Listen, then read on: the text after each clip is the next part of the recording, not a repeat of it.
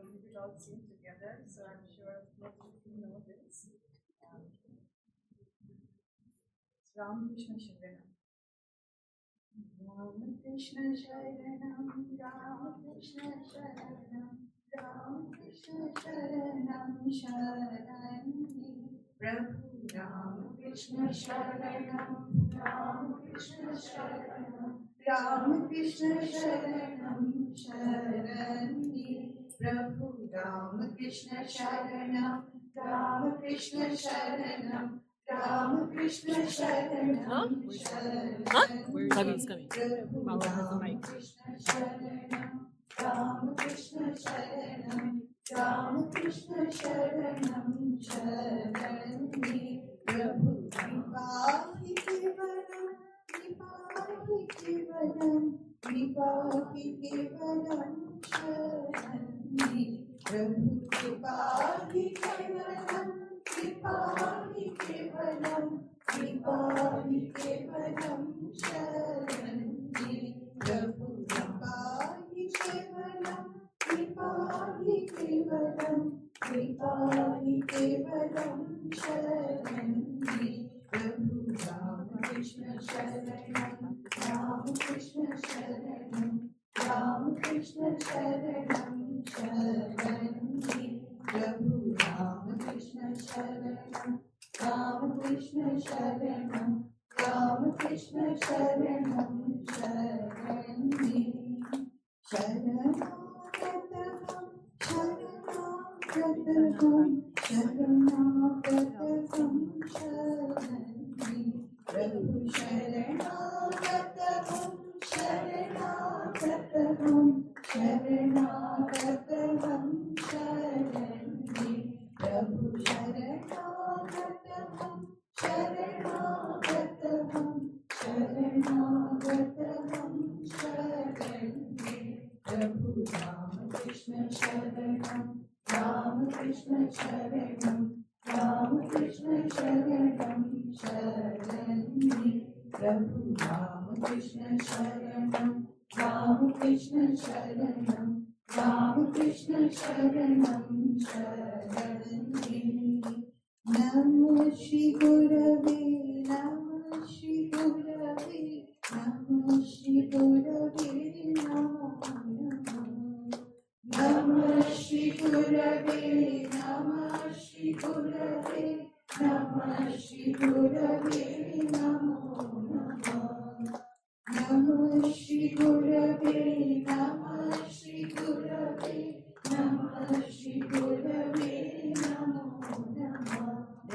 Ramakrishna Sharanam, Ramakrishna Sharanam, Ramakrishna Sharanam, Sharani.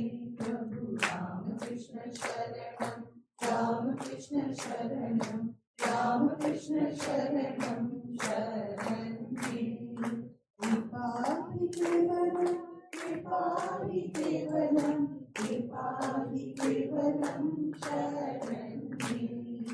Kripahi Kevalam, Kripahi Kevalam, Kripahi Kevalam, Sharani. Prabhu Kripahi Kevalam, Kripahi Kevalam, Kripahi Kevalam, Sharani. Prabhu Ramakrishna Sharanam, Ramakrishna Sharanam, Ramakrishna Sharanam, Sharani. Prabhu Ramakrishna Sharanam, Ramakrishna Sharanam, Ramakrishna Sharanam, Sharani. Sharanagatam, Sharanagatam, Sharanagatam, Sharani. Sharanagatam, Sharanagatam, Sharanagatam, Sharani. Prabhu Ramakrishna Sharanam, Ramakrishna Sharanam, Ramakrishna Sharanam, Sharani. Prabhu Ramakrishna Sharanam, Ramakrishna Sharanam, Ramakrishna Sharanam, Sharani. Namah Shri Gurave, Namah Shri Gurave, Namah Shri Gurave, Namah Shri Gurave Namah, Shri Gurave Namah, Shri Gurave Namo Namah. Namah Shri Gurave Namah, Shri Gurave Namah, Shri Gurave Namo Namah. Prabhu Ram Krishna Sharanam. Okay. Okay. You good? Prabhu Ram Krishna Sharanam. Ram Krishna Sharanam. Ram Krishna Sharanam. Prabhu Ram Krishna Sharanam. Ram Krishna Sharanam. Ram Krishna Sharanam. Sharanam.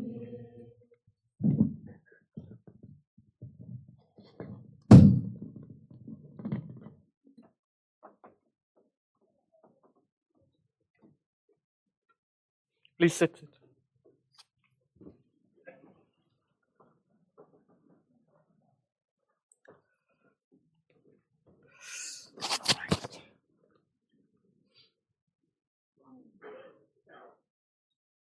Oh, the microphone.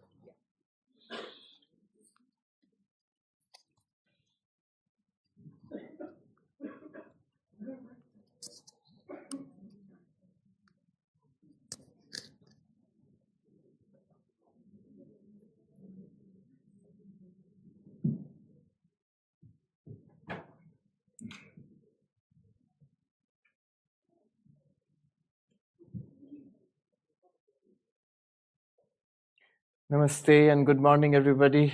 Namaste. For the brave souls who are back for more. All right.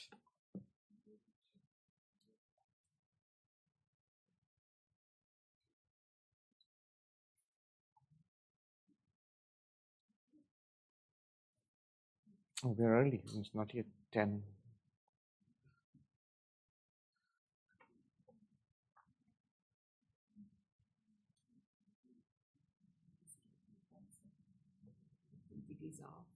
It's on. It's on. Yes.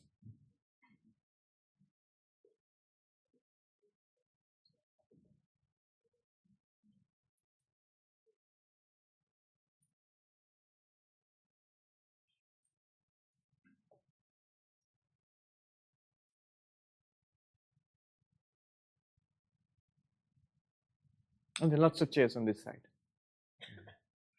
And some in the middle also. There's some here. All right, it's 10.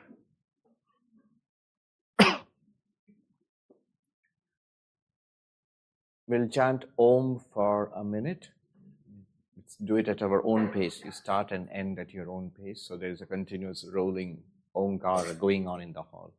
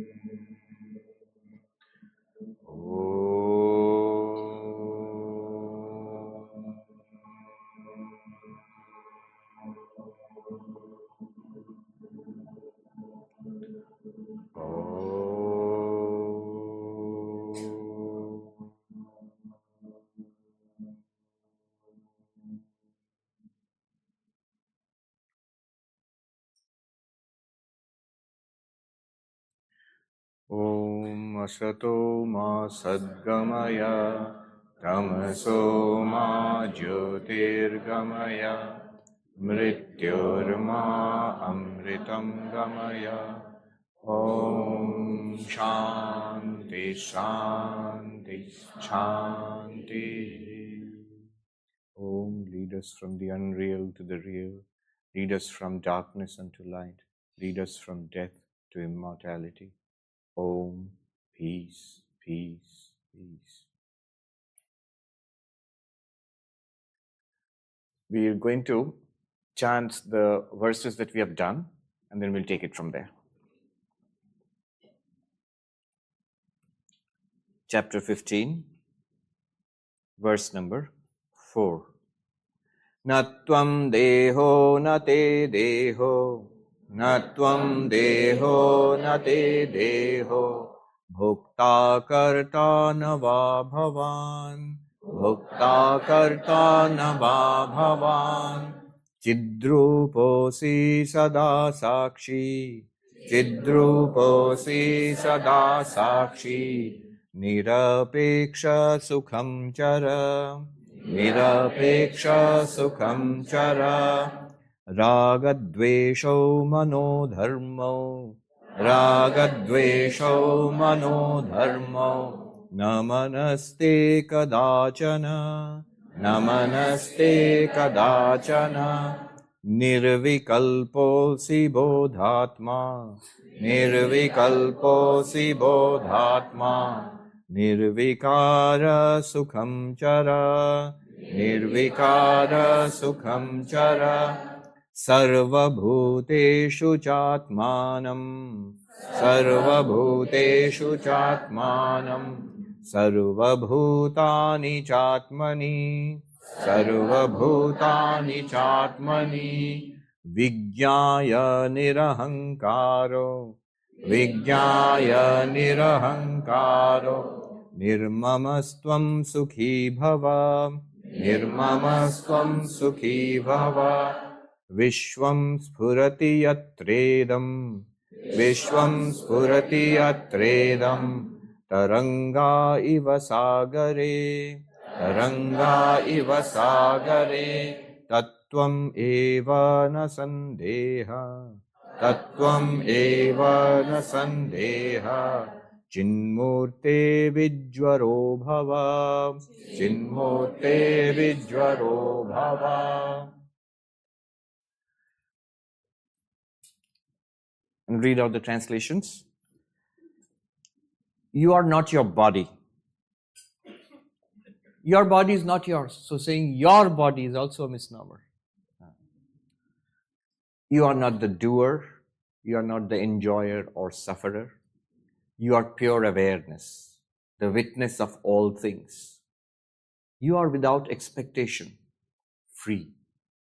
Wherever you go, be happy.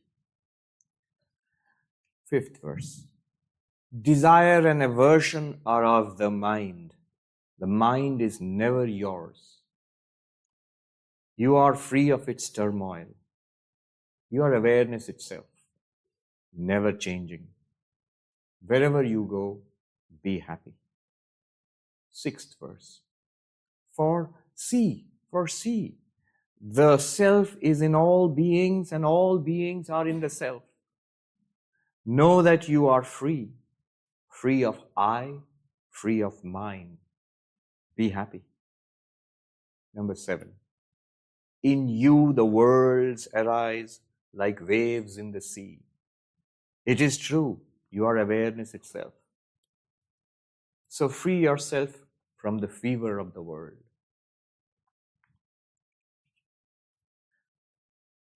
Beautiful, especially the last one, Vishvam spurati yatredam taranga iva sagare. That in which the worlds, the universes arise and float and sink. That ocean you are. Like waves in the ocean, this universe arises in you. We have this feeling we are a tiny being in the vast universe. Ashtavakra is telling us, you are vastness itself. In fact, the word Brahman means vast. Brahman, Bringhanatvad, Brihatvad, Atma, Brahma iti giyate. This is Vachaspati Mishra in the Bhamati commentary on Shankaracharya's commentary on the Brahma Sutras.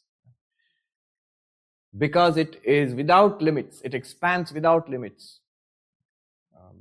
It is called Brahman. Brahman means expansion without limit. And the Atman is Brahman. You are Brahman. Notice we went through 2 stages. I call this 2 steps to the not to.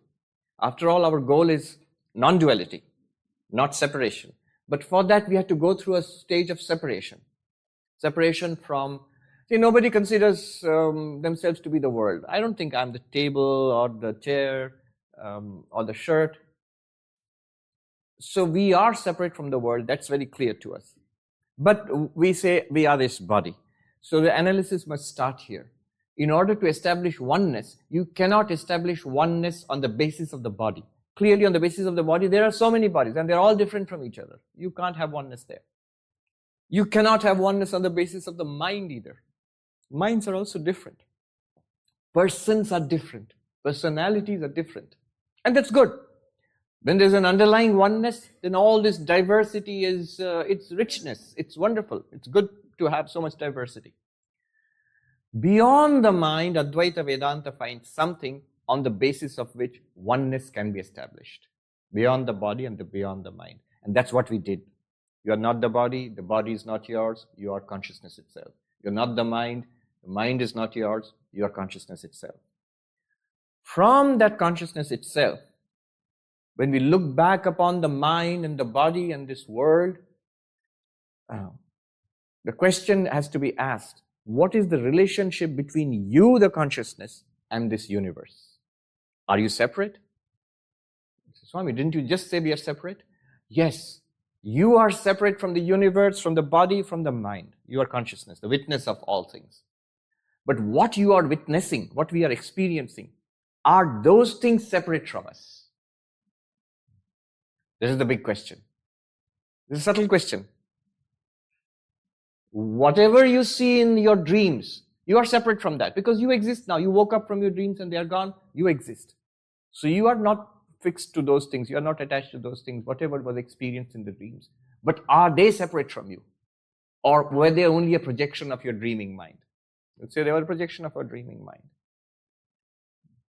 The water is separate from the waves. In what sense? Before there were waves, it was water. And after the waves settle down, it's water. When the waves are there, you're not very confident. It's water. You can test. You can check, it's water. So the way the water is separate from the waves, it means in the sense that it's independent of the waves. Water need not be waves. It can be water in the glass. It can be in the bottle. It can be water and water vapor in the clouds. But the waves are not independent of the water. They cannot exist without the water. They are basically, in Vedantic terms, name, form, and activity superimposed on water. The clay is independent of pots. Clay needn't be a pot. But the clay pots are not independent of clay. The gold is independent of golden necklaces and bracelets and rings and all sorts of golden ornaments. But none of the golden ornaments are independent of the gold because they cannot exist without the gold. They are basically the gold itself with names and forms and particular uses. So, this is what Advaita wants to say. That yes, first step back from the world, from the body, from the mind, and discover yourself as the witness consciousness, the pure subject, not an object. Then look back upon the objects, the subtle objects of the mind, thoughts, feelings, emotions, ideas, then the more physical objects of the body, and then the external universe. You will discover that they are not separate from you, the witness consciousness. This is a radical idea because our common sense is based upon a realistic metaphysics. Realistic metaphysics means the world exists. I give you the example of Bill Conrad yesterday. You said, this room exists, Swami, and then you come and see it. So the world exists apart from consciousness. It exists apart from you, the individual. Advaita doesn't doubt. But from the one underlying consciousness to which it appears, does it exist apart from that? That's the question. If you say that the world exists apart from consciousness, you run up against 2 big problems. A Tibetan Lama pointed this out. 2 huge problems. The two big problems are the problem of subjective idealism and the problem of the hard problem of consciousness. The problem of subjective idealism is that you have to prove. See, anything we talk about the world, we talk about it in our consciousness. That nobody can doubt. Even the grossest materialist will not doubt. Ultimately, you are a conscious being and you're talking about a material world. Only the materialist says that the world exists apart from consciousness. But you're talking about it, knowing it in consciousness, nobody doubts, and that's a fact. So, the world which is experienced in consciousness exists apart from consciousness. You have to prove this. I think it's Kant who called it the standing scandal of philosophy, that we haven't yet found a solid refutation of idealism, that the world exists only in consciousness. So that's the first problem. You have to prove that there is a material world apart from your experience, because your experience, the material world only exists for you in your experience. There's no other way. You can't jump out of your own skin. The second problem is, once you prove that, suppose you can prove that the material world exists apart from consciousness, then your second problem will be, how does that material world generate your consciousness? That's the hard problem of consciousness. Anyway, what I want to say is that we, in the fourth and the fifth verse, we did that separation. Not body, not mind, I'm consciousness. Shankaracharya, when he sings in Nirvana Shatakam, now we can understand. Mano buddhya hankara chittani naham. I'm not the mind, not the intellect, not the memory, not the ego. Very interesting. I am not the ego. If you literally translate in English, I am not I.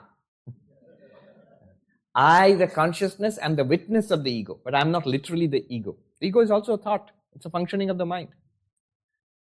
Mano buddhi hankara chittani naham nacha shrotra jibhe nacha ghrana netre. I am not the senses also, or the functioning of the senses. Nacha vyoma bhumi natejo navayu. I am not the five elements out of which the universe is made. You know, the ancient cosmology, the universe is made of 5 elements. Then what am I? Chidananda Rupaha Shivoham Shivoham. I am Shiva. I am of the nature of Shiva. What is Shiva? Is that blue guy sitting on top of a mountain with a fancy hairdo, which is always wet because Ganga is pouring through the hair, and with snakes. And so, I mean, I can tell you, at least in Manhattan, he would be regarded as cool. No. Shankaracharya is very clear here. By Shiva, he means consciousness. Chidananda, consciousness, bliss consciousness. That I am. So we realize, we separate and we realize who we are. But then it's time to synthesize, integrate, pull it back all in again. So the next 2 verses, the 6th verse and the 7th verse, what do they tell you? Well, first of all, it's not an individual consciousness. When you go back to consciousness, you suddenly see at the background of all beings is this one consciousness. If I am the witness consciousness of the mind, body and all of that, then everyone else is also witness consciousness. It must be there. Just when I regard myself as a body, I will regard you all as bodies. When I regard myself as a person, I automatically regard all of you as persons. See, that's our common default setting. As a grown-up, educated, sensitive individual, we think of ourselves as persons and then we relate to everybody else as a person. But when you begin to understand yourself as pure consciousness, automatically, without any effort, you will also regard others as pure consciousness. And what this verse, the 6th verse, points out is, if you regard others as pure consciousness, very soon you will come to this understanding, as pure consciousness, there's no difference between me and the other one, between you and anybody else. Just as the wave came to regard itself as water, and realized as water is limitless water. There is no division between this wave and that wave as water. Then the 7th verse said, but what about bodies, minds, the non-living things, tables and chairs, quarks, quasars and quarks? What about them? They are arising and disappearing in this ocean of consciousness. So ultimately, this consciousness is the one reality which appears as body and mind and persons, and also all sorts of quote unquote living things in this world, there is a unity of consciousness everywhere. There's oneness everywhere. This oneness is Advaita. Advaita is not separation. But to establish this oneness, you must first step back from body-mind into your real nature, answer the question, who am I? And from that perspective, you can establish oneness. It's not inevitable. There are philosophers who stop short of that. So, Sankhya, it stops short of that. It is satisfied with the dualism, consciousness and matter. Yoga, by yoga I mean Patanjali Yoga, the philosophy. They are also dualists, consciousness and matter, spirit and matter dualism. Advaita doesn't stop there. Goes forward and says it is one consciousness, but it appears to itself as its own object. Let me put it this way. I have been using the term consciousness all throughout yesterday. The technically correct term is Satchidananda, existence, consciousness, bliss. Isness, awareness, and bliss. And these are not three separate aspects. It's the same thing, which is existence. It's the same thing, which shines forth as consciousness. It's the same thing, which is also bliss. It struck me only a few months ago that the three fundamental questions of philosophy. Philosophy has three branches. One branch is called ontology. Ontology. It's a fancy name for the study of what is real. It asks the question, what is real? It used to be called metaphysics earlier. Nowadays, it's called ontology. Ontos means being or reality. So what's real? Is matter real? Is consciousness real? Is God real? Is the world real? What's the reality? That's the question in ontology. Second, epistemology. That's the second branch of philosophy. It asks the question, how do you know anything? See, when you are investigating what's real, one must also justify, how do you know? I say that God is real. You will ask me, how do you know? I might answer that my holy book tells me so, or I had a vision, or something like that. You may or may not accept those justifications. That's epistemology, the study of how do we know anything. And the third one is, what's the point of it all? What's beautiful? What is good? What is bad? There were a bunch of subjects which dealt with it. What is good and what is bad, right and wrong? Ethics is a subject. What is beautiful? What is worthwhile? Aesthetics, it dealt with beauty. Art, there was a whole philosophy of art. All of them have now been clubbed together rather uneasily into one branch called axiology. Axiology. Axiology. So you have three branches: ontology, epistemology, and axiology. What is real? How do you know anything? And what's beautiful? What's right and wrong? I mean, what's the point of it all? Meaning, purpose, beauty, ethics, all of it. And now you can see where I'm going. Some of you might have seen Sat, Chit, Ananda. These are the Advaita's answers to these three questions. What is real? Sat, being itself, existence itself is reality. What is, these are very broad answers.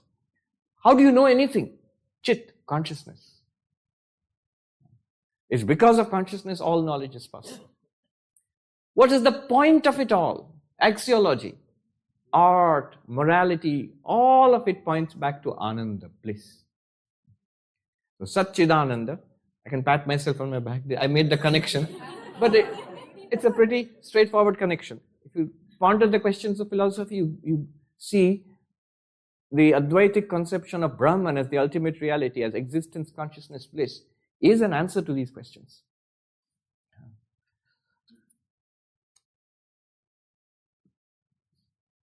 Let me put it in terms I heard from a traditional monk who said this in Hindi, but I'll translate.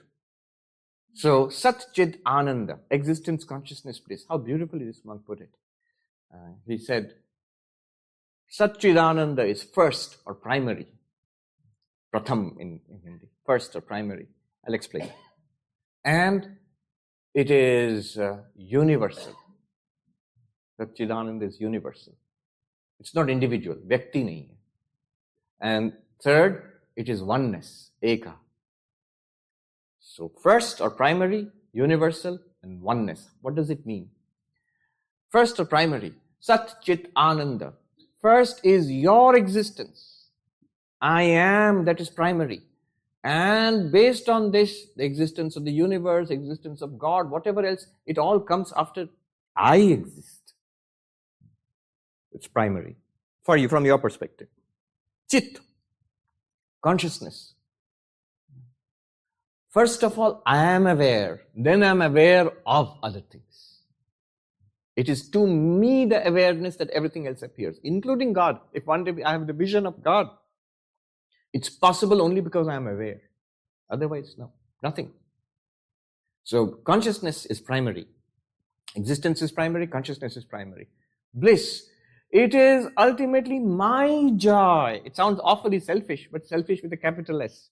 It's ultimately everything matters to me because it gives joy to me. Atman is the locus of all joy, the ground of all joy. So Sat, Chit, Ananda, first or primary. Second, it is universal. I am, and all of these existences, table exists, chair exists, solar system and galaxy exists, and quarks and protons and atoms exist, other beings, you all exist. The existence derives from Sat.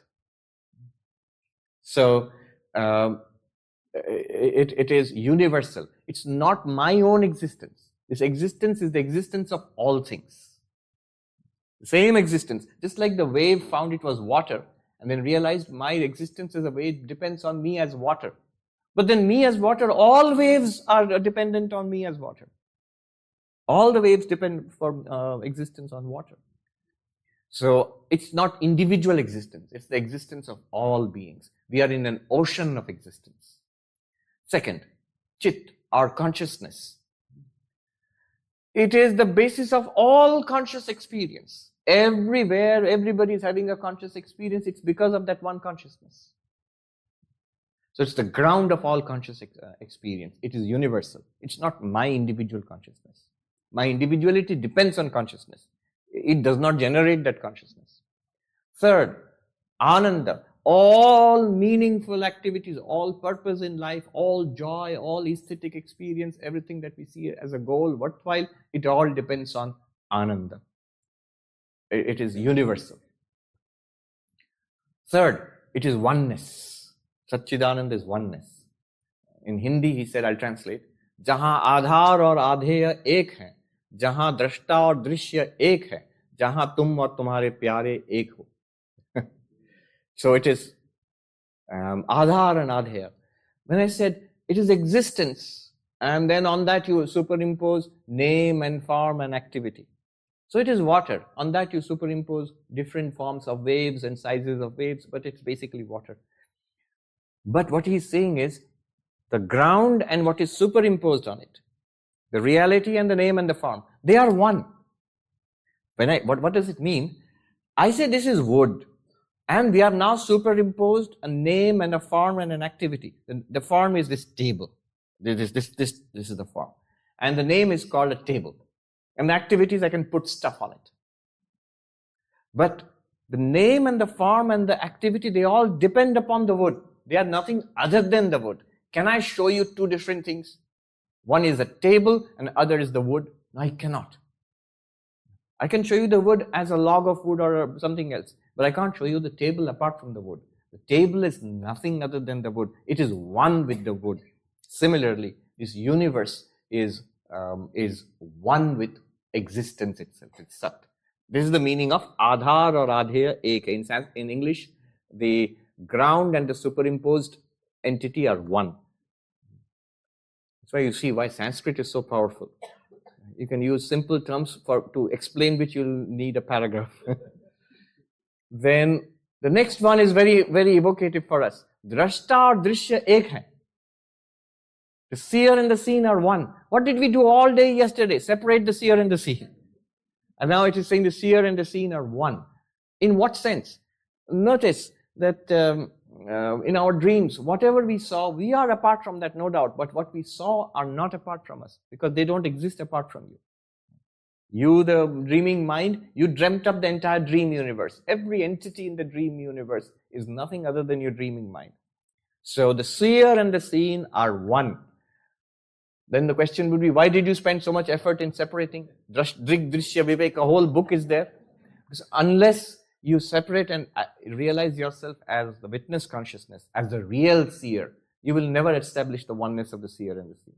As a body, you cannot establish your oneness with the universe, nor as a person. Beyond the body-mind, there's an impersonal consciousness.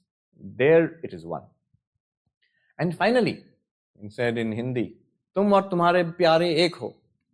You and your object of delight. It could be another person, it could be your dog or cat, it could be, your possessions, your house, your whatever gives you joy. You and that which gives you joy, you are one. You think it's different from you, and therefore you chase it. Vivekananda says in one place, he says, things are dead in themselves. That means they have no reality of their own in themselves. Things are dead in themselves. We breathe life into them. Then either we run after them or we run away from them. This is samsara. Right. I put it so beautifully. So you and your beloved are one. Tum aur tumhare pyare ek ho. But also cuts the other way. That what terrifies you, what you hate, what you dislike, that's also one with you. You are that also. It is time to tell the story of the princess of Kashi, I think. Yes. You and your beloved are one. So the story goes, some of you know, many of you know, but some of you don't know, so I'll tell you the story anyway.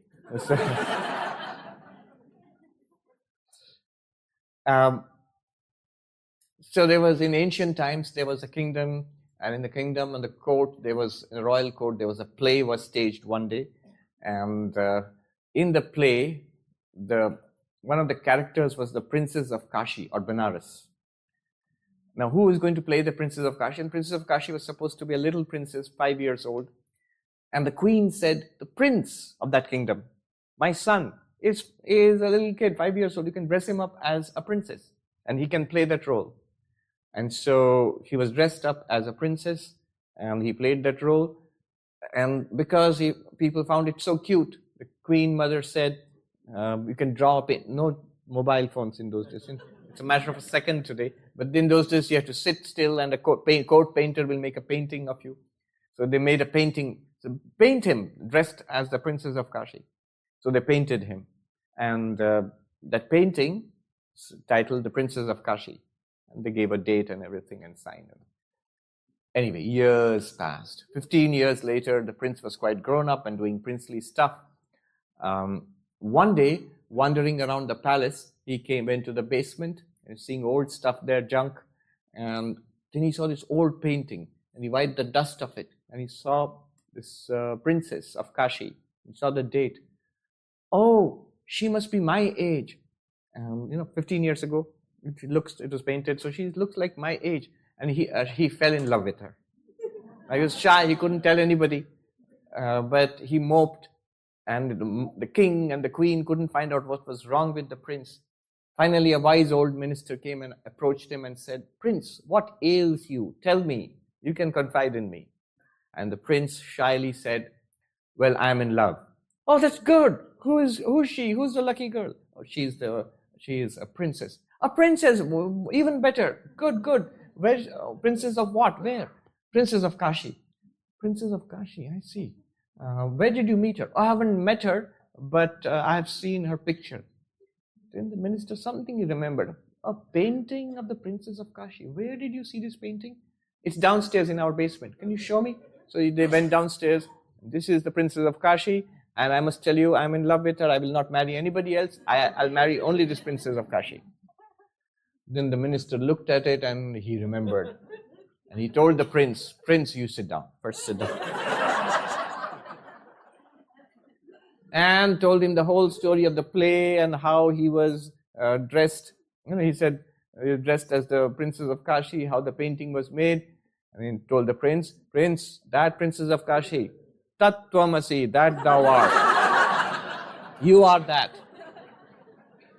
Now, what happened to the desire of the Prince of Kashi for the Princess of Kashi, for the Princess of Kashi? The desire disappeared. But why did it disappear? Not because he had found the Princess of Kashi and married her, not because she was already married off, or she was dead, or something like that. No, no, no. He realized there is no princess of Kashi apart from him. You want to come and sit? There's a chair here. You want to come and sit here? There's a chair here. Okay. So there was no princess of Kashi apart from him. You and your beloved are one reality. Whatever you like, living, non-living, whatever attracts you, an activity, a person, a place, a thing, you are that. You, the consciousness, are appearing as that what is tremendously attractive to you. All right. So, Satchidananda, existence, consciousness, bliss, is first or primary, is universal, and is one. It's oneness. This oneness, this is Advaita, non-duality. Now, okay, what we'll do now is, I'm going to talk about how this universe is nothing other than pure consciousness. It sounds a little odd.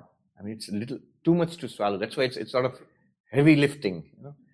Advaita is full of what Swami Ranganathanji used to call bombshells, Vedantic bombshells. Starts off with, you're not the body, not even the mind. That's a huge, big thing to understand. And it says it's not something to be believed. You can demonstrate it and show it to your satisfaction right here. And then it goes on to say, the mind and the body and the entire universe are nothing but you. So each of these steps is enormous. So now we are at that stage where the whole universe is nothing but pure consciousness, which you are. How do I understand this? Can it be shown to me that I am this entire universe? This universe is nothing but I, the consciousness. So it can be shown in different ways. So I'm going to go through the logic of this, take us through this, a sevenfold reduction of the universe into consciousness in 7 steps. Someone rolling their eyes, oh God, 7 steps. Don't worry, I'll be fast. I'll give you the TED Talk version of it in 15 minutes, maximum 20 minutes. I actually gave a TED Talk twice, but one of them was online, so I guess it doesn't count. But one was the real one on stage. It's the hardest thing that I've done because there you are under tremendous time pressure. If you have seen a TED Talk, you will see that the person is standing there, and there are clocks, electronic clocks. They're big screens. There are 3 screens, at least the version in which I gave the talk. 3 screens, big screens on the ground. One of them, so the thing was we have to stop at 18 minutes.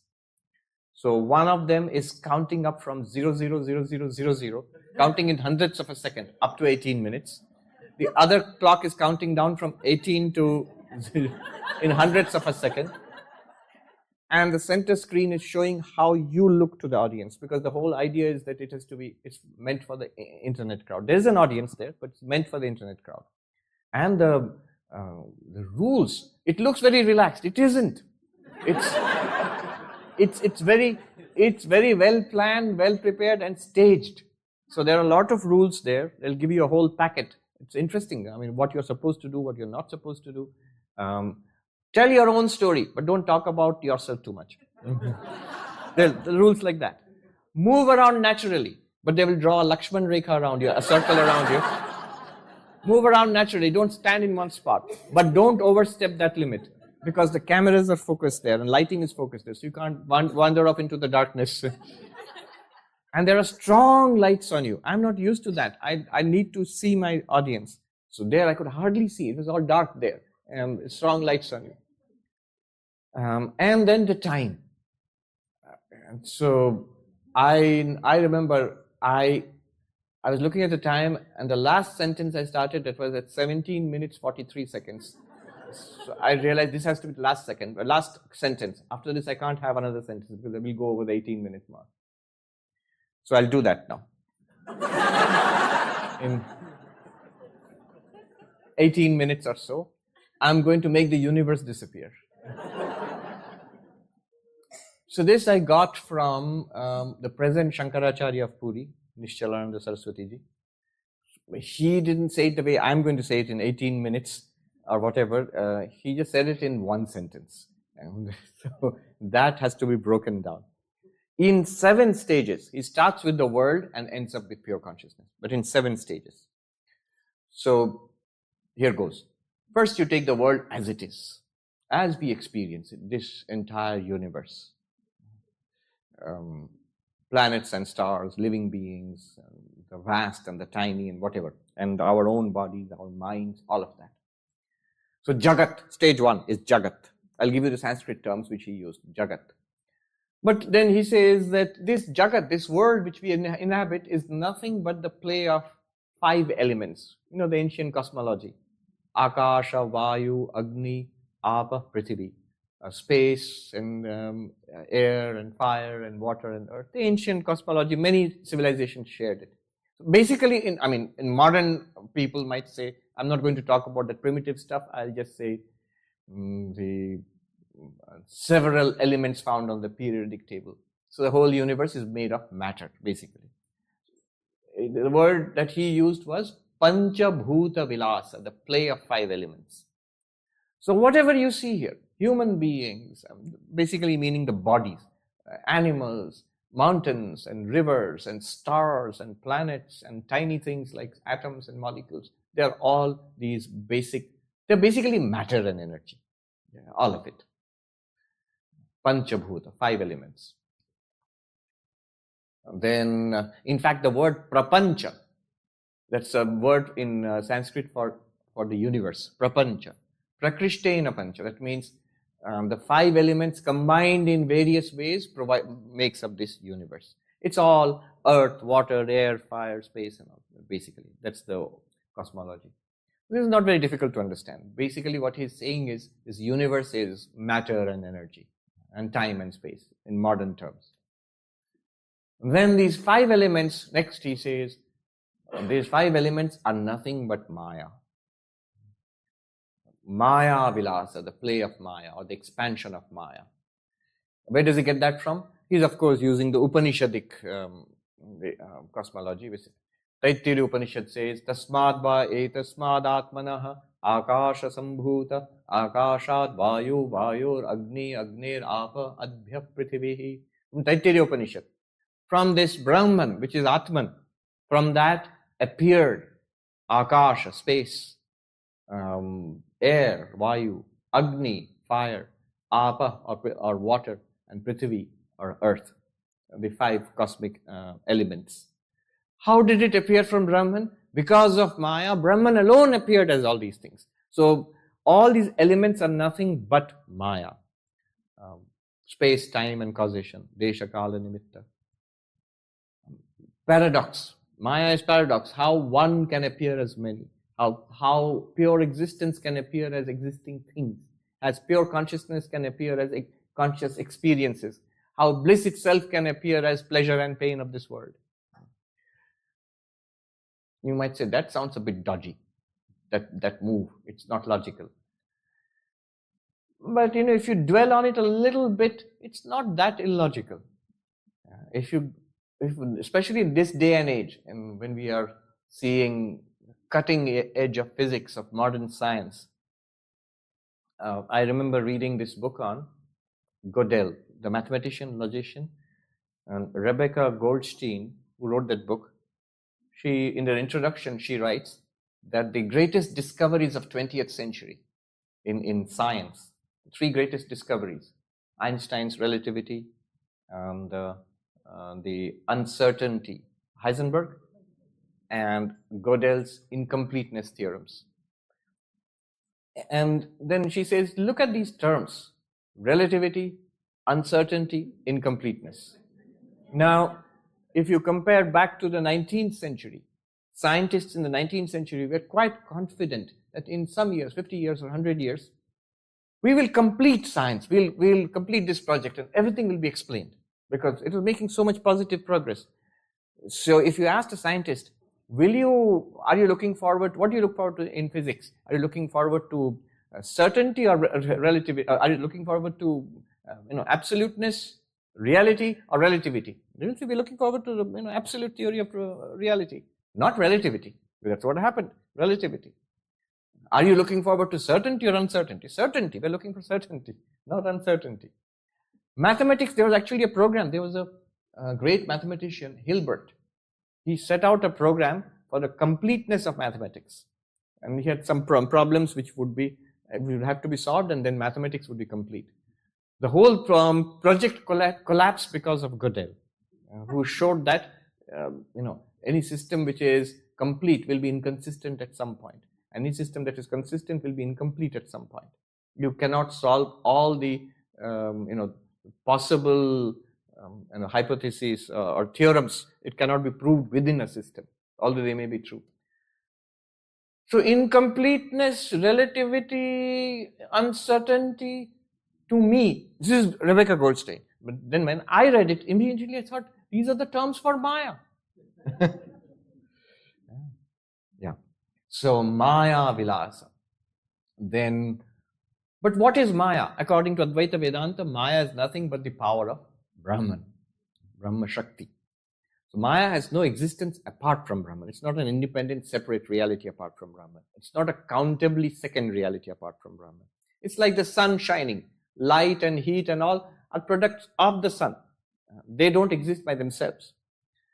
So Maya Vilasa, the play of Maya, is nothing other than the play of consciousness itself. Chid Vilasa. Chid Vilasa, the play of consciousness. It's consciousness playing, vibrating, whatever you call it, projecting. Chid Vilasa. By the way, this here is basically the theory of Kashmiri Shaivism. In Kashmiri Shaivism, the entire universe, it's real. In contrast to Advaita Vedanta, the universe is an appearance in Advaita Vedanta. In Kashmiri Shaivism, the universe is real. It is the play of Shiva. It is a play in what sense? Vibration, spanda. So, it's a play. It's a play of consciousness. Now, the Advaitin asks here, does consciousness play? Literally, if you mean it literally, play means change, movement, a kid running around, jumping, that's play. Can consciousness vibrate, change, move around, jump around? All of those are appearances to consciousness. If consciousness could change, then the question would be, would it be a change that is a known change or an unknown change? If it's a known change, then it's an object of consciousness. It's not consciousness itself. If it's an unknown change, why talk about it? If it's unknown and unknowable. So, instead of Chid Vilasa, the play of consciousness, the Advaitin would say Chid Vivarta, the appearance of consciousness. Consciousness appears in this way, to itself. Chid Vivarta. Vivarta is a term used in Advaita Vedanta. Is consciousness transformed into the universe, or does consciousness appear as the universe? Chid Vivarta. Advaita comes down on the side of appearance. Consciousness appears as the universe. In that case, what is this universe? If consciousness is appearing as the universe, there's a term, Chinmaya. Chinmaya means pervaded by consciousness. What? So, if something appears as something else, that something else must be pervaded by the first one. If the rope appears as the snake, then that illusory snake, every bit of it must be the rope.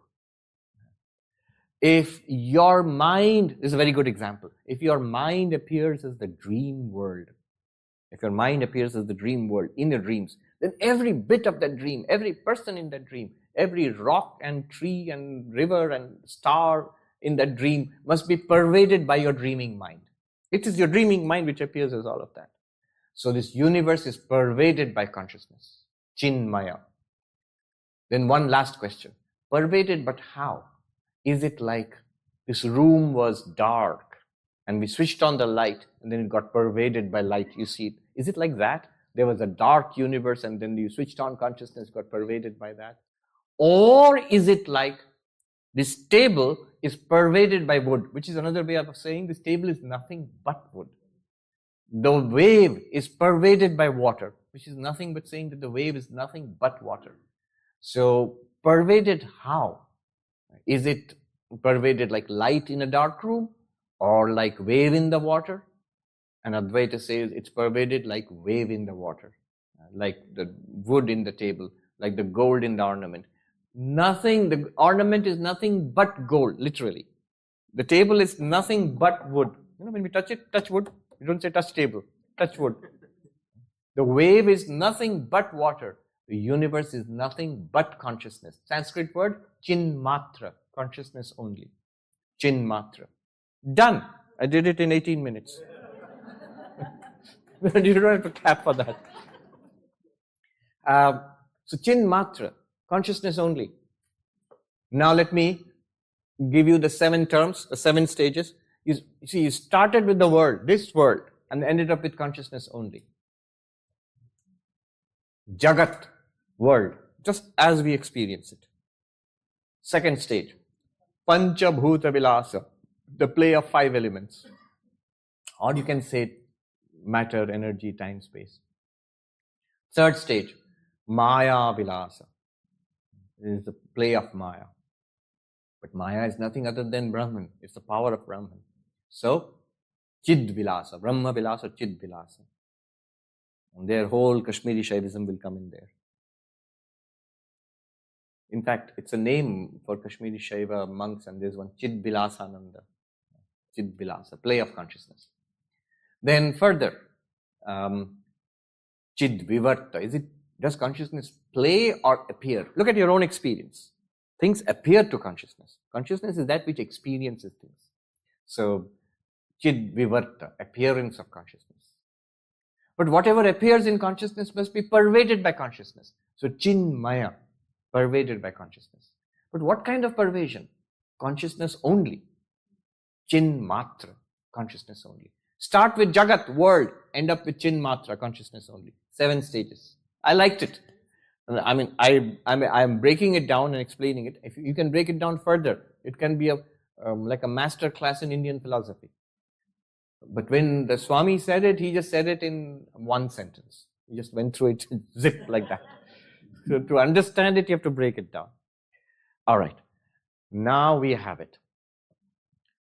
Now, what we are going to do now is, before we go into the manana, the reasoning stage, I'm going to put the meditation first, and then we will go into the Q&A.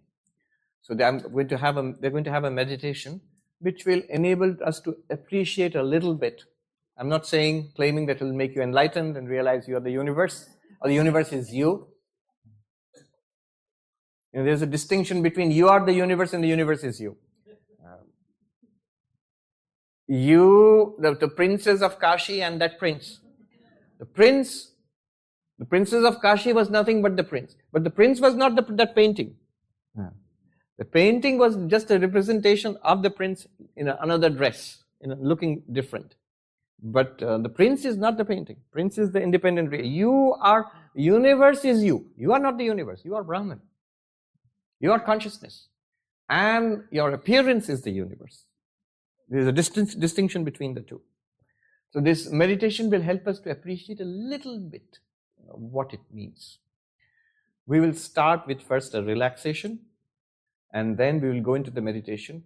And later I will invite you to see how it's different from yesterday's meditation, where we separated, our friend the flower. It's become so big now.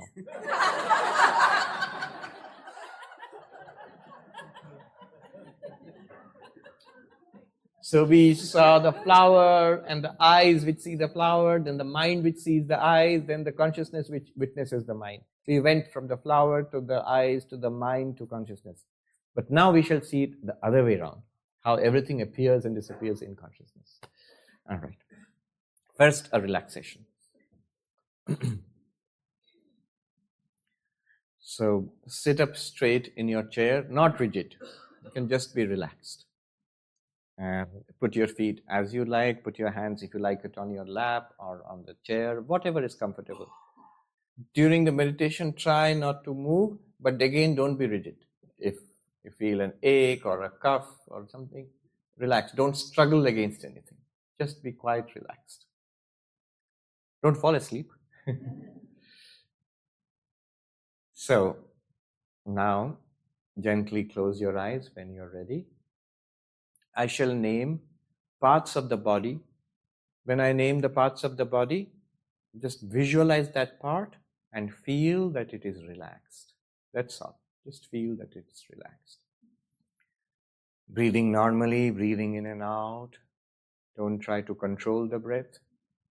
Just let the in-breath come in when it comes. Let it out-breath go out when it goes. Breathing normally.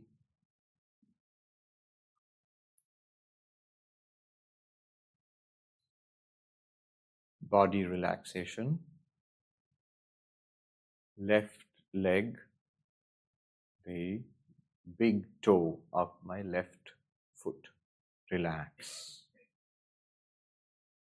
First toe of my left foot, relax. Second toe,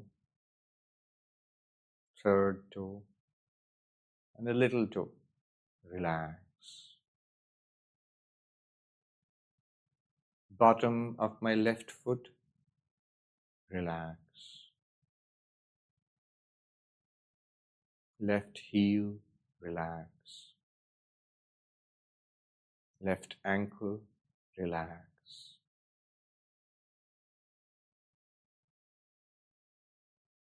Lower left leg from the ankle to the knees, relax. Left knee, relax. Left upper leg up to the hip, relax. Right foot, big toe, relax. First toe, second, third. The little toe, right foot, relax. Bottom of the right foot, relax. Right heel, relaxed. Right ankle, relaxed. Right lower leg, relaxed. Right knee, relax. Right upper leg up to the hip, relaxed. Whole right leg, relaxed. Whole left leg, relaxed. Breathing normally. Hips relaxed. Tummy relaxed. Chest relaxed.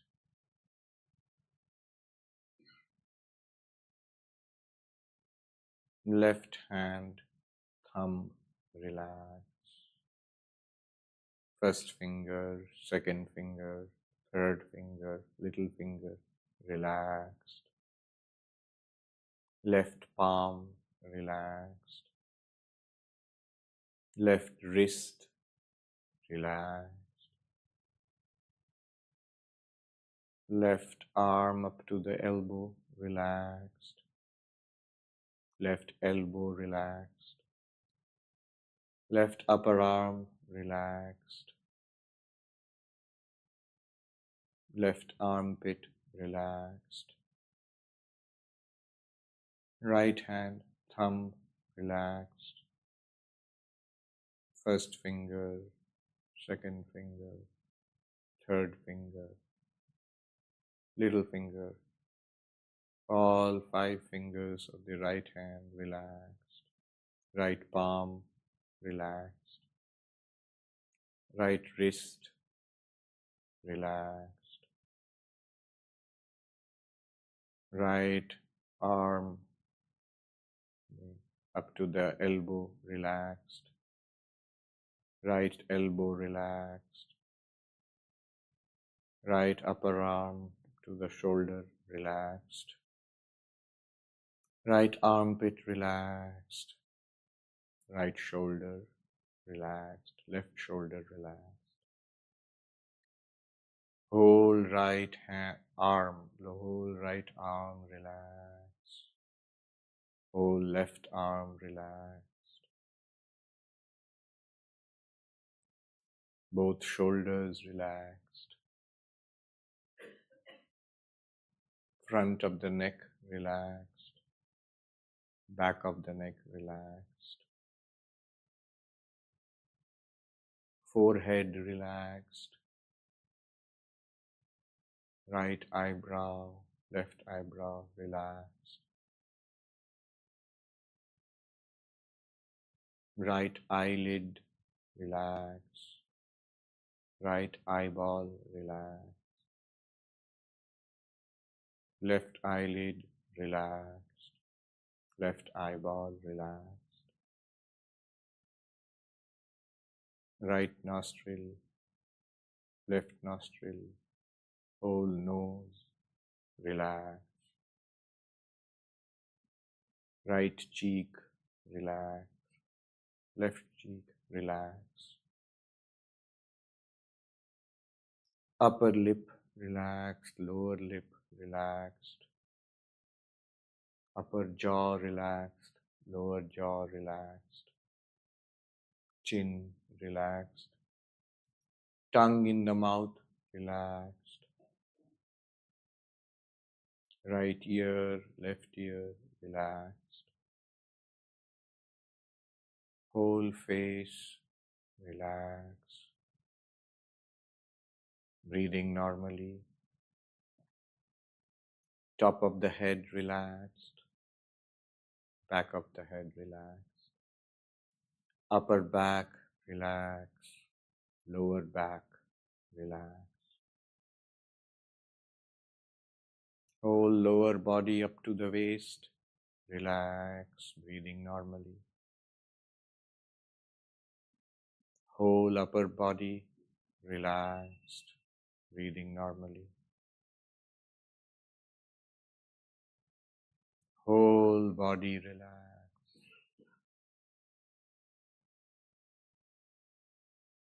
You're awake and listening to my voice. Breathing normally, breathing out, in, breathing out. Whole body is relaxed.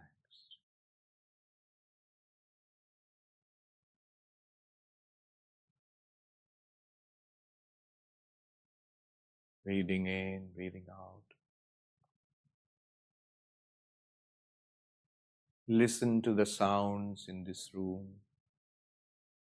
Do not focus on any sound, just be aware of the sounds, my voice, air conditioning sound, sound of people around you.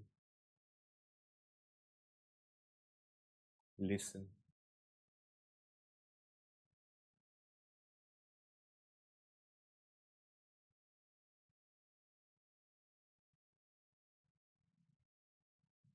Aware of sounds in this room, distant sounds outside the room, background sounds from far away.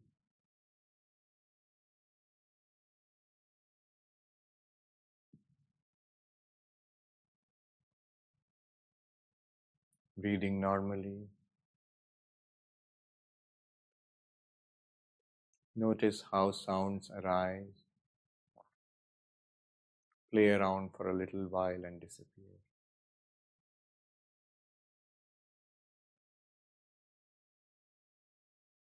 Sounds arise, you are aware. Sounds play around, you are aware. Sounds disappear, you are aware.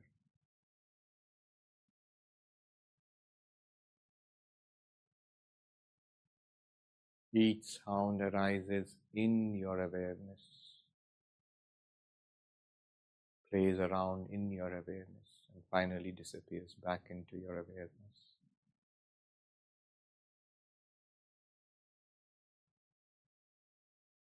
All through, awareness is there. You are there as awareness.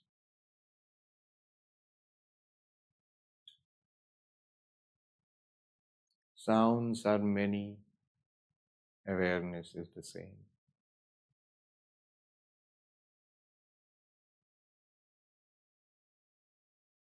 Sounds come and go, arise and disappear. Awareness stays the same.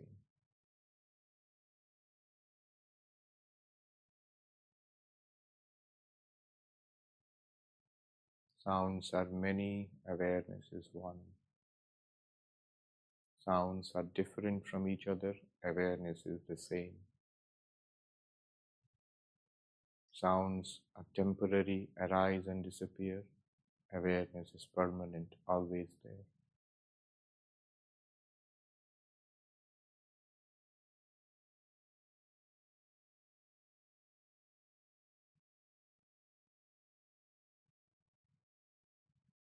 Just as these sounds come and go in me, the awareness, similarly, all the forms that are seen arise and play around and disappear in me, the awareness. Forms and colors I see are many, awareness is one. Forms and colors keep changing, awareness is the same. Forms come and go, awareness stays always, is always there.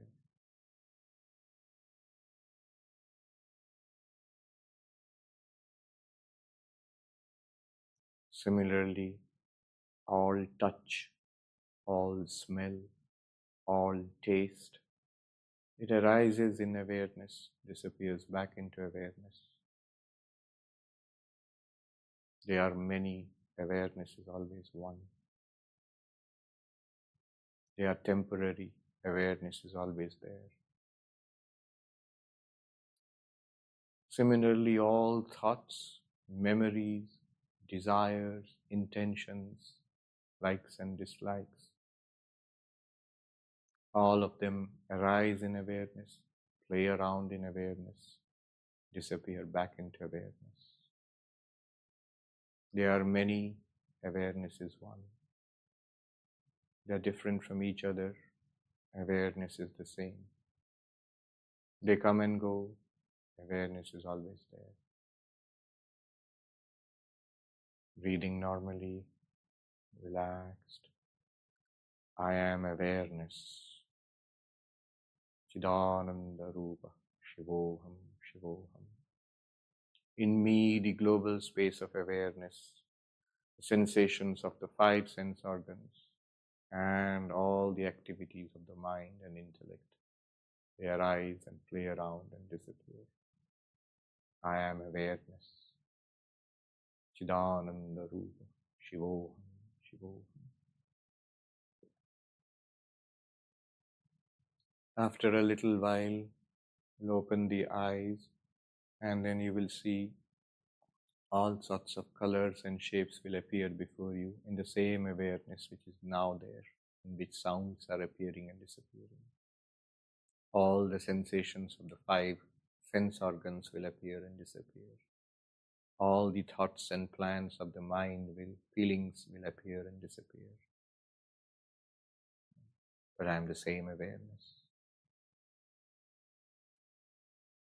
When I count to 3 ohms, I will chant 3 times.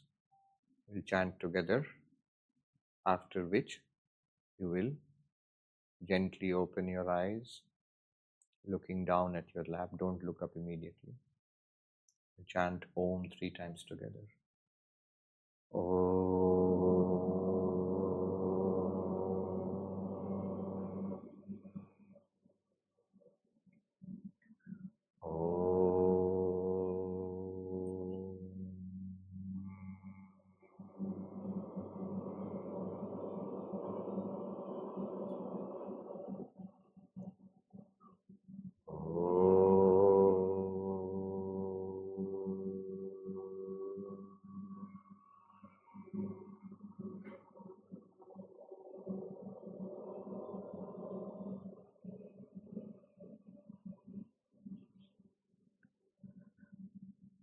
When you are comfortable, gently open your eyes, looking down at your lap. Don't look up immediately.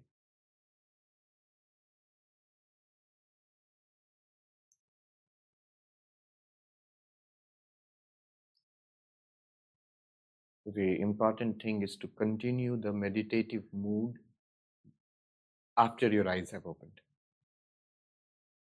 Notice, just because the eyes have opened, nothing has changed. Same awareness in which the sounds were coming and going. Same awareness now also.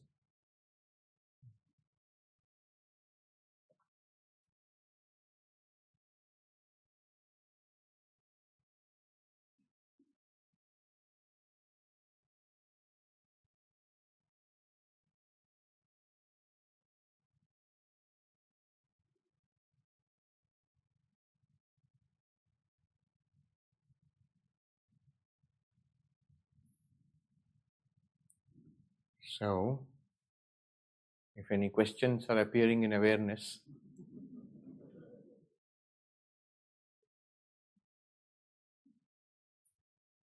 practically there's no difference between the meditative experience which we just had and the eyes open experience we are having right now. It's something important to grasp. Then the question will not be there. In meditation, it was fine. When I opened my eyes, it's gone. No, it's not gone. And same awareness now. Only sounds were coming and going at that time. Now sounds are coming and going. Eyes are open. Forms are coming and going. Thoughts are going through the mind. Same awareness. You are that. In you, all of these are appearing.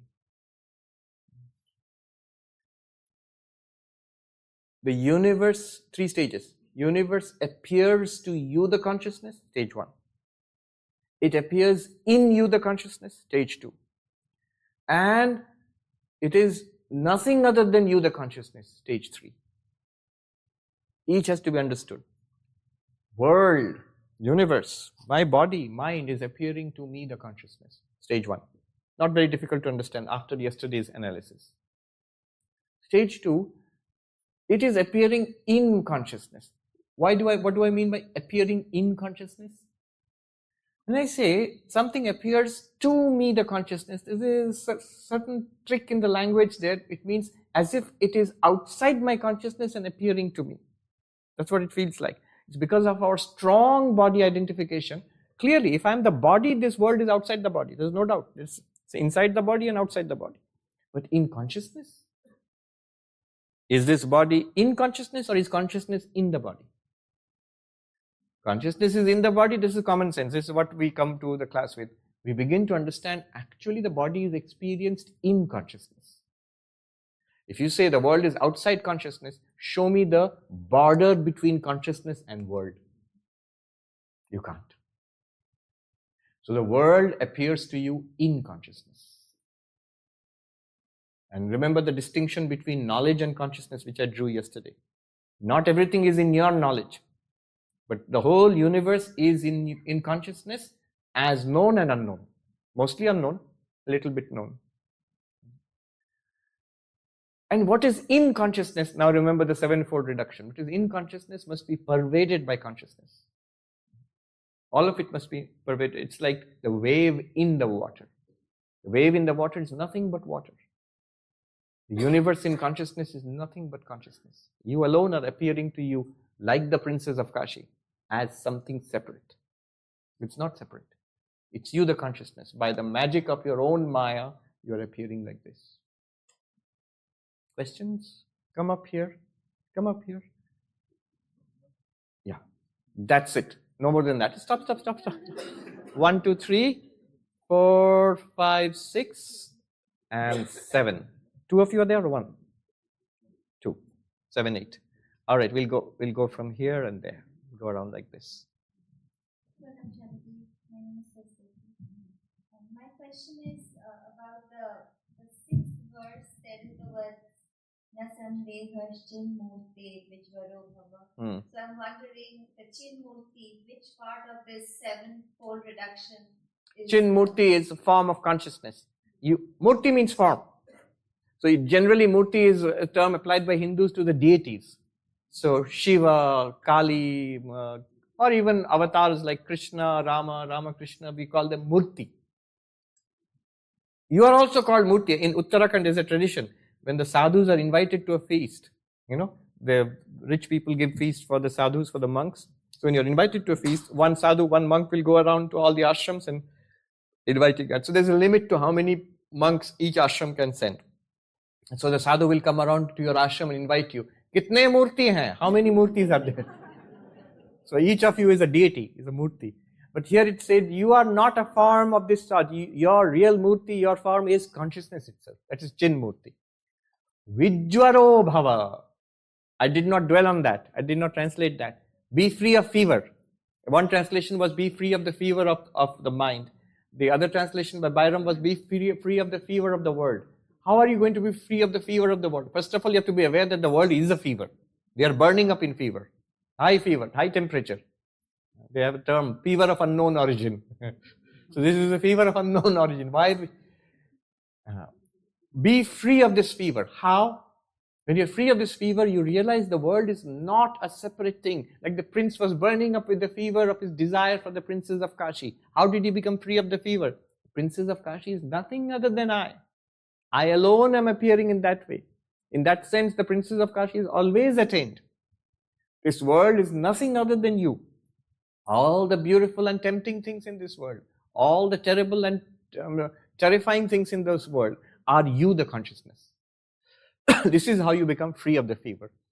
Those who want, it's not the time for it, but those who want, there is a whole chapter in the Panchadashi. I think it's the 9th chapter, probably.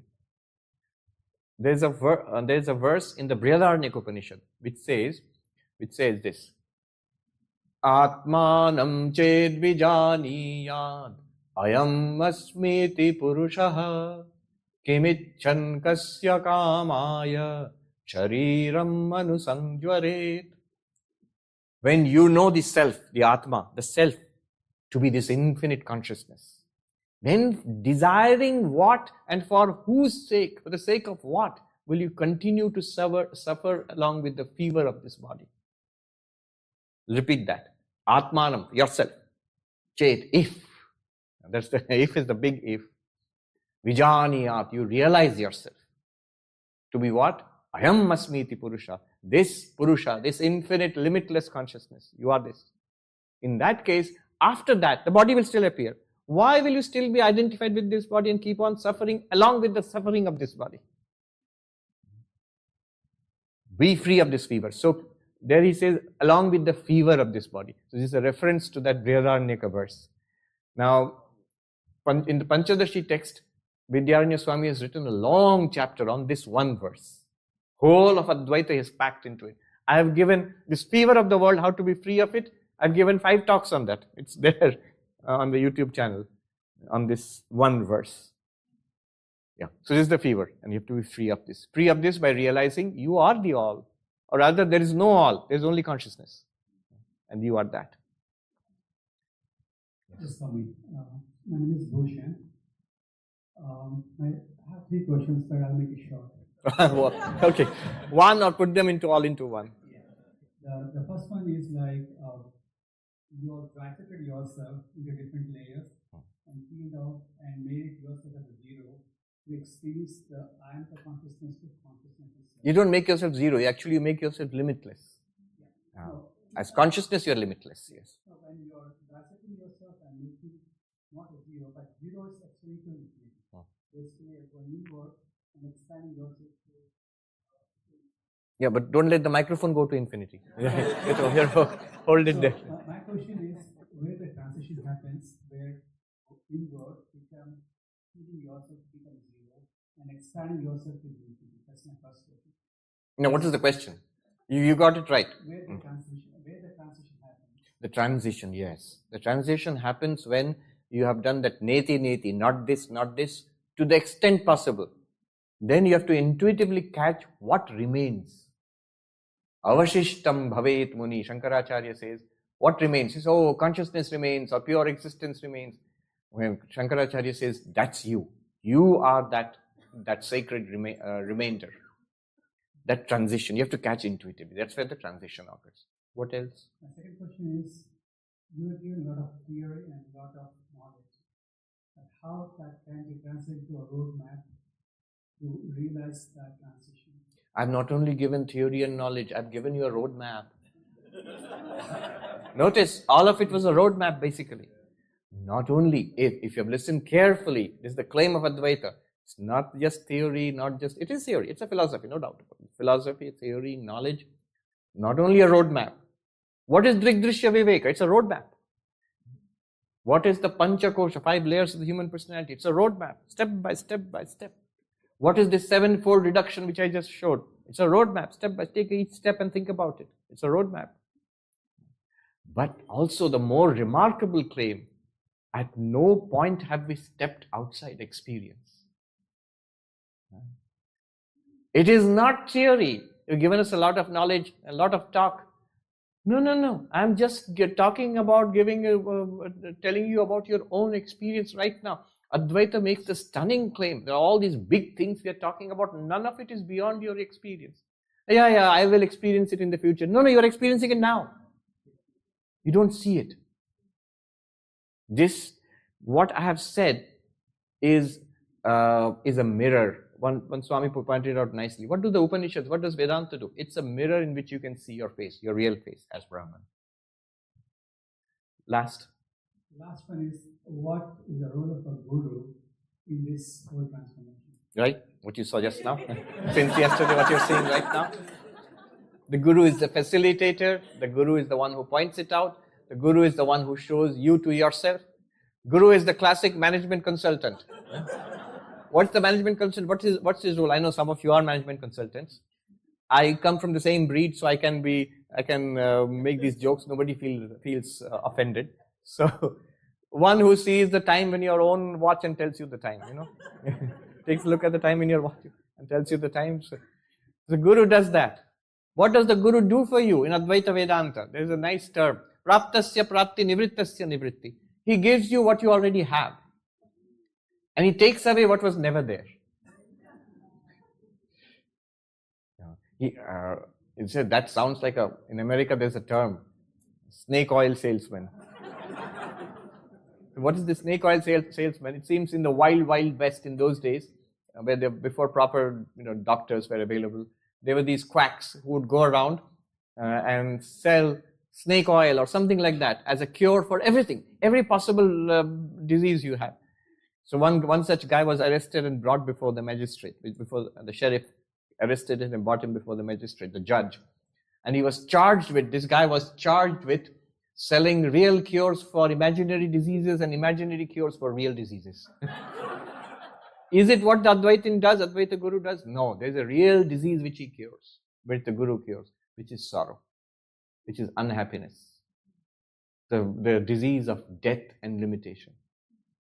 Not that he will cure you of the physical death of the body, but it will no longer matter to you. You have found the deathless reality, which is consciousness itself. The universe can die. You will not die. This is revealed to you. Not that the Guru made you into this. You already were that, regardless of the Guru. Just that we did not see it earlier. And by the great grace of the Guru, I see it now. Kabir Das, he says, Guru Govind dono khade. So, Krishna and Guru both have appeared to me.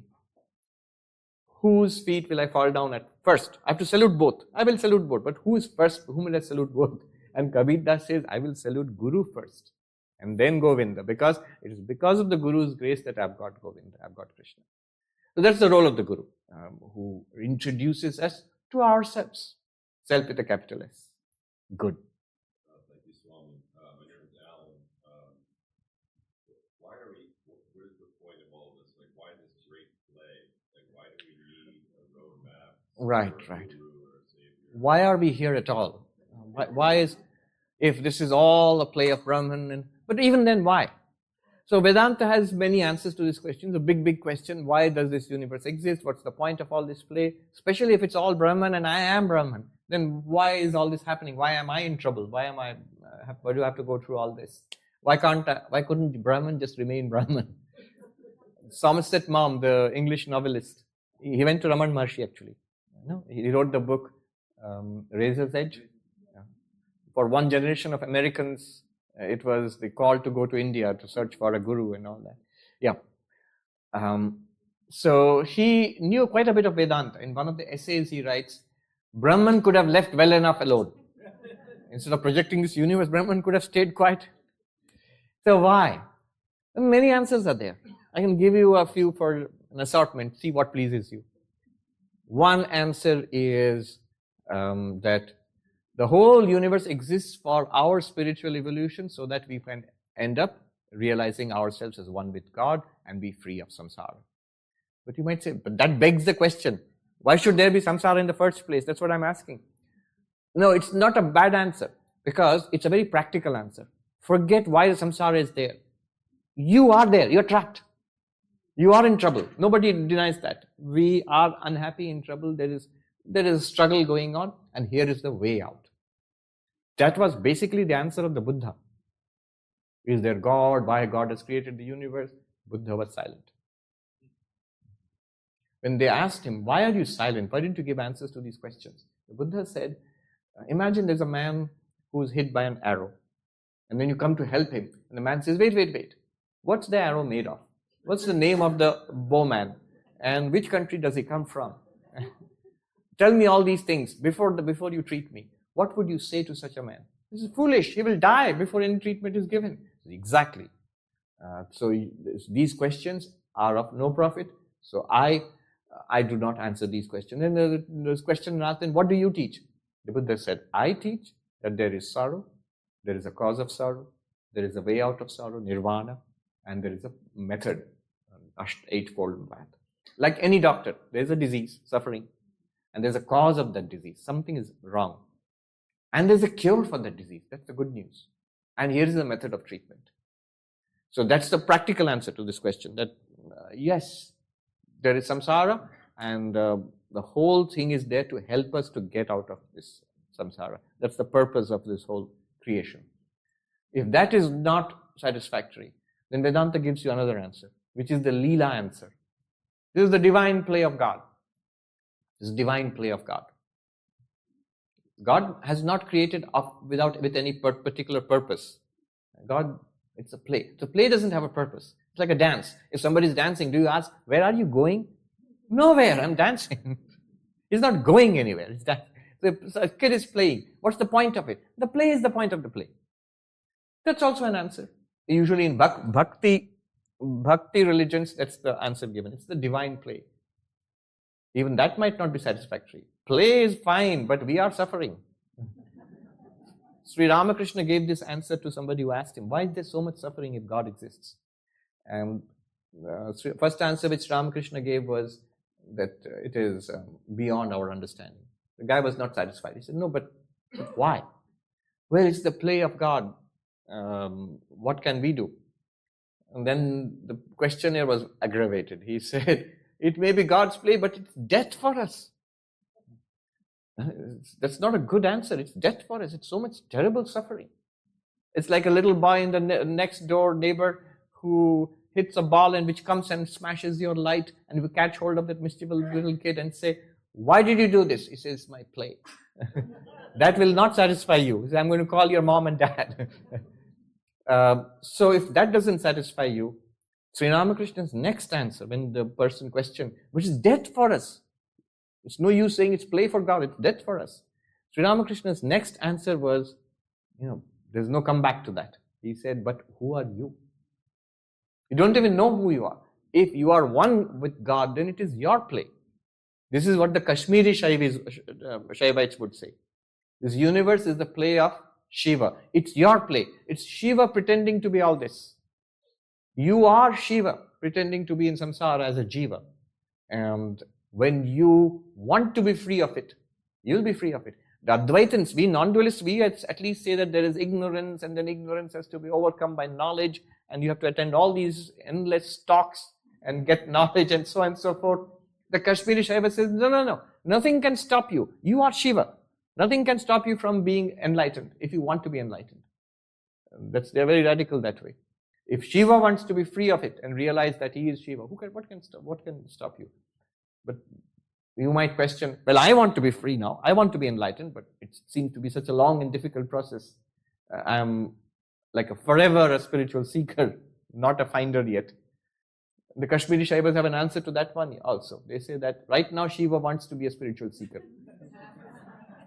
A practitioner, not an enlightened one. So many answers. If you ask what answer satisfies you, Swami, I would say two answers are there. One is the Maya theory. The Maya theory is that it is Brahman. There is really no universe. It's Brahman appearing as this universe. That's one answer.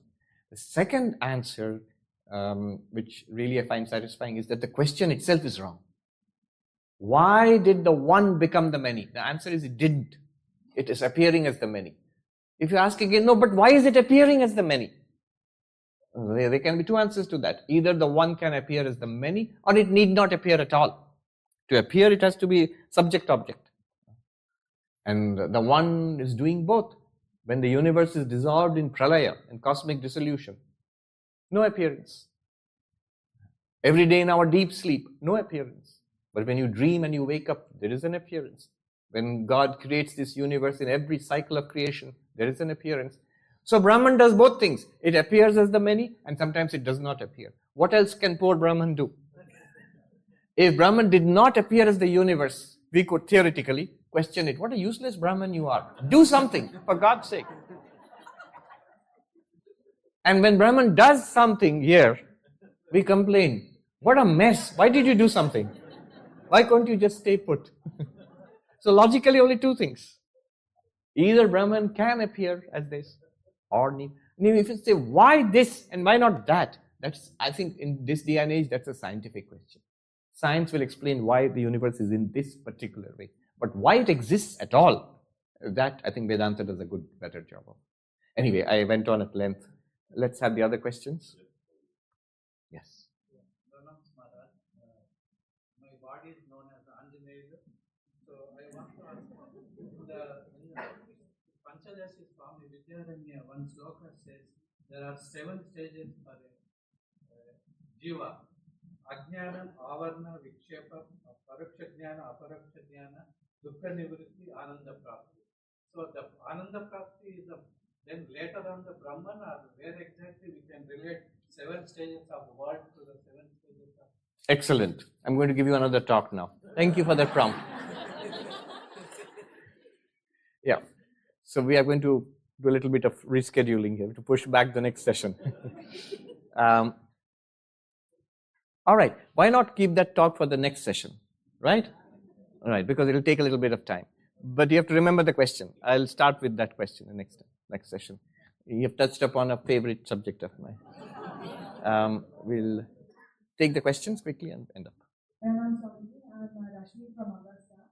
I just wanted a clarification on a point. I think in one of your talks, someone had brought up the topic of what happens when the Jivatma leaves the body, and you had mentioned that the mind and the Sukshma Sharira can actually kind of experience the death of the body, they go into the morgue and all of that. So I guess, does that mean that the mind is awake when the body dies? No, but sleep, I never said that. Okay. I never said the body, you can experience yourself being taken to the morgue. Or, I experienced the experience of death, Yeah. the body falling away. Yeah, to some extent, all of us can.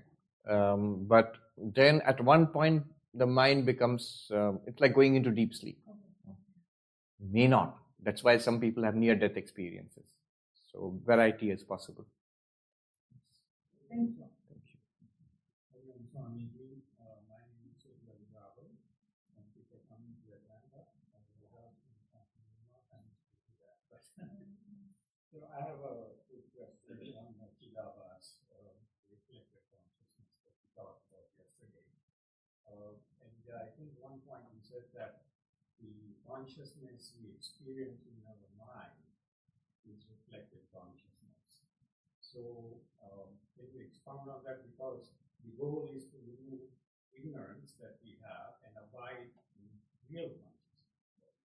So what is the reflected consciousness we experience in our mind? You think you've just answered the question. It is the reflected consciousness, the awareness that we are feeling right now. Mind is such a substance which can reflect, channelize, or limit consciousness. These are the different terms used in Vedanta.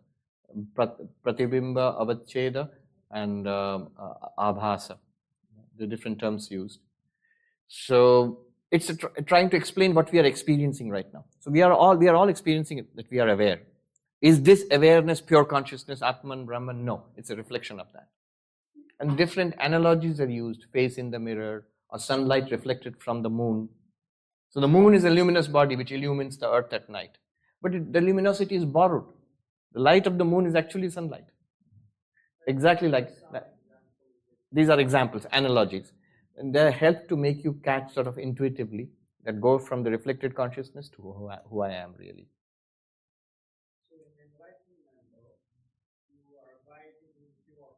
Yes. And the mind exists, and the mind reflects consciousness, and day-to-day activities can go on. All of that remains. One thing one has to understand, one sadhu put it nicely, Jnana koi tod phod nahi karta hai. Knowledge, any knowledge, does not actually change the reality around you. It just reveals what is real. That's all.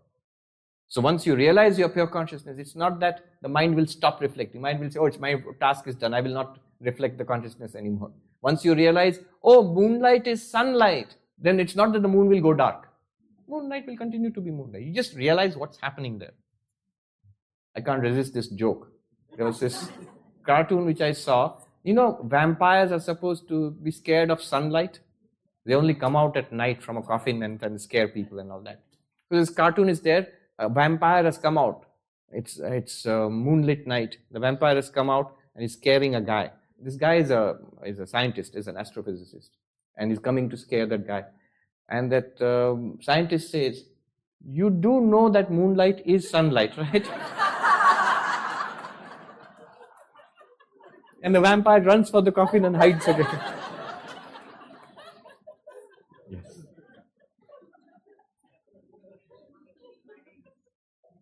Therefore Pearson, and I'm very new to this philosophy. I've read one book so far, Vivekananda's book entitled Practical Vedanta. And one of the things that really stood out for me was his discussion of animals, and he referred to animals as his sisters and his brothers. And in that context, he also said he could not claim to be a strict vegetarian. And I noticed when someone asked you a question about food, you once said it was not an important question. And I would like to understand why. Why it's not? Everything has its place. But I have noticed vegetarians often make that the one single point of their campaign, you know, that everything, it depends on you being a vegetarian. So you're a spiritual person if you are a vegetarian. But that means Rama, Krishna, Buddha, Moses, Jesus, none of them are spiritual, and only because you eat avocados, you are spiritual? That's ridiculous. The Bhagavad Gita says a buddhi, tamasic buddhi, is which takes one thing to be everything. You know, to pick up one aspect and take it to be all all important. That's a dull intellect. So, yeah. So my point is that not that it's unimportant. It's one part of spiritual life. It's a good discipline. Vegetarianism, in Swami Vivekananda's words, is higher than non-vegetarianism. It's better. And nowadays we have veganism also. It's better. It's a good discipline. But if it traps you into a kind of spiritual pride, I am holier than thou because I eat grass, and you eat the eaters of grass. So I am more spiritual than you. That's a deadly trap. That's the end of all spirituality. You're doomed. Yeah. Thank you. My name is Vijay Nicole. Thank you, Swamiji, for being here. Somebody texted to me this morning. How is the retreat coming along? I said, it's divine with you. Thank you. I have 5 questions. Oh no. Okay. Just tell. I won't answer them now. Yeah. Tell me one. I'm going to ask only 2 and don't take either of these. But existence is real. Is? Real. Awareness is real. Yes. We all have hopefully understood that, imbibed it. The moment we leave from this room, we all become different. We all start talking to each other, intuitively thinking what I have to say to who or who I'm looking at. It becomes all different from where we are now, this moment.